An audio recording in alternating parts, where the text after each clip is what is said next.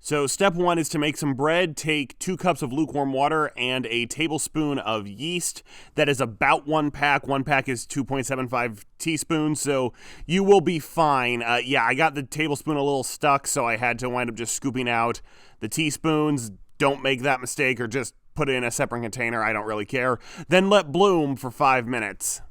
If you are using instant yeast like I am, this is not really a mandatory step, but I like to do it just to make sure the yeast are alive. If it doesn't foam up like this, that definitely means that the yeast have died and you need to go buy a new pack. 1 jar should last you in the freezer for about a year, just for reference. Next up, weigh out 470 grams of bread flour. That's about 3 pounds, probably somewhere in the range of 4 to 5 cups, along with 20 grams of honey, or in the range of 20 grams, just don't go over 25.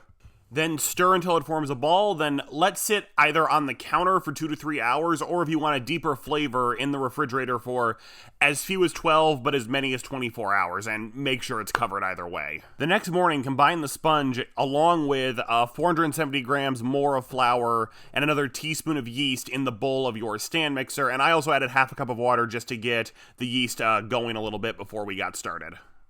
Place in the base of your stand mixer and lube up your dough hook with some no-stick spray, and then mix on the lowest speed you've got until everything kind of comes together into one big dough.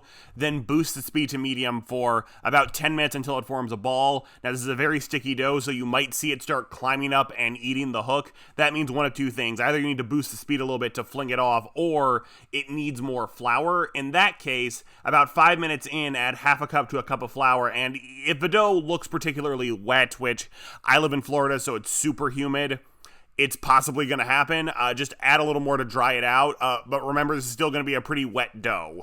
Spray down a surface for the dough ball to rise on so it doesn't stick, and then knead it in your hands a little bit to form a ball, and then leave it for, I'd say, about 2 hours at the most. Now would also be the time to place a cast iron skillet in a 500 degree oven. Just start it cold and let it sit in there for minimum 1 hour.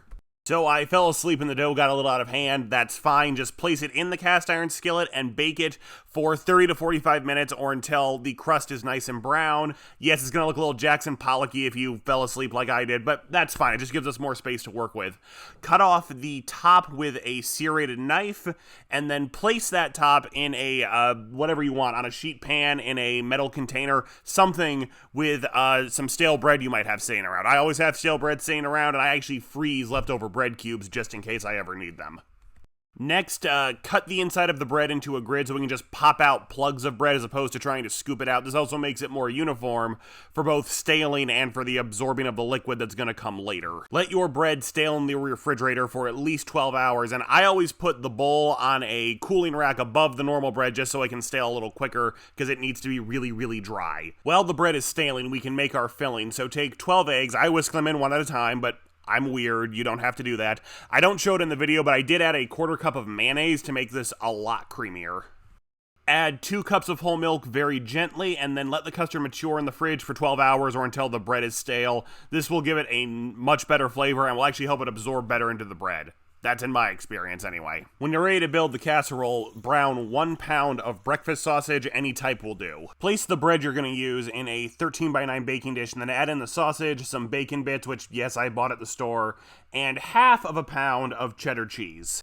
And then add the egg mixture, which has also been spiked with 1 can of cream of broccoli soup. Now, you can use any cream of soup you want, just make sure you do use it. I've also added salt and pepper, and pour that on, and I'm sorry I have to do this to you again, let the bread absorb it overnight. Now, we're all in quarantine, so we all definitely have time to do this, but honestly, if you just want to do this step and use store-bought bread, that's perfectly fine. And the custard does not have to sit overnight if you don't want it to. Just make sure you do this step. Let it sit in the fridge for at least 12 hours, and the next morning we can finally bake it. Now look at how much of that liquid was absorbed. Anyway, set your oven to 425 degrees, spoon out what you can into the bread bowl. If there's anything left, just bake the pan by itself, that'll be fine. Cover for the first 45 minutes of baking, uncover, cook for another 15 minutes, then start checking on the casserole every 10 minutes, because this is going to take a little while to bake. Usually it takes me around 90 minutes in my oven, but depending on your eggs, how hot your oven gets, and all that stuff, it could be longer or shorter.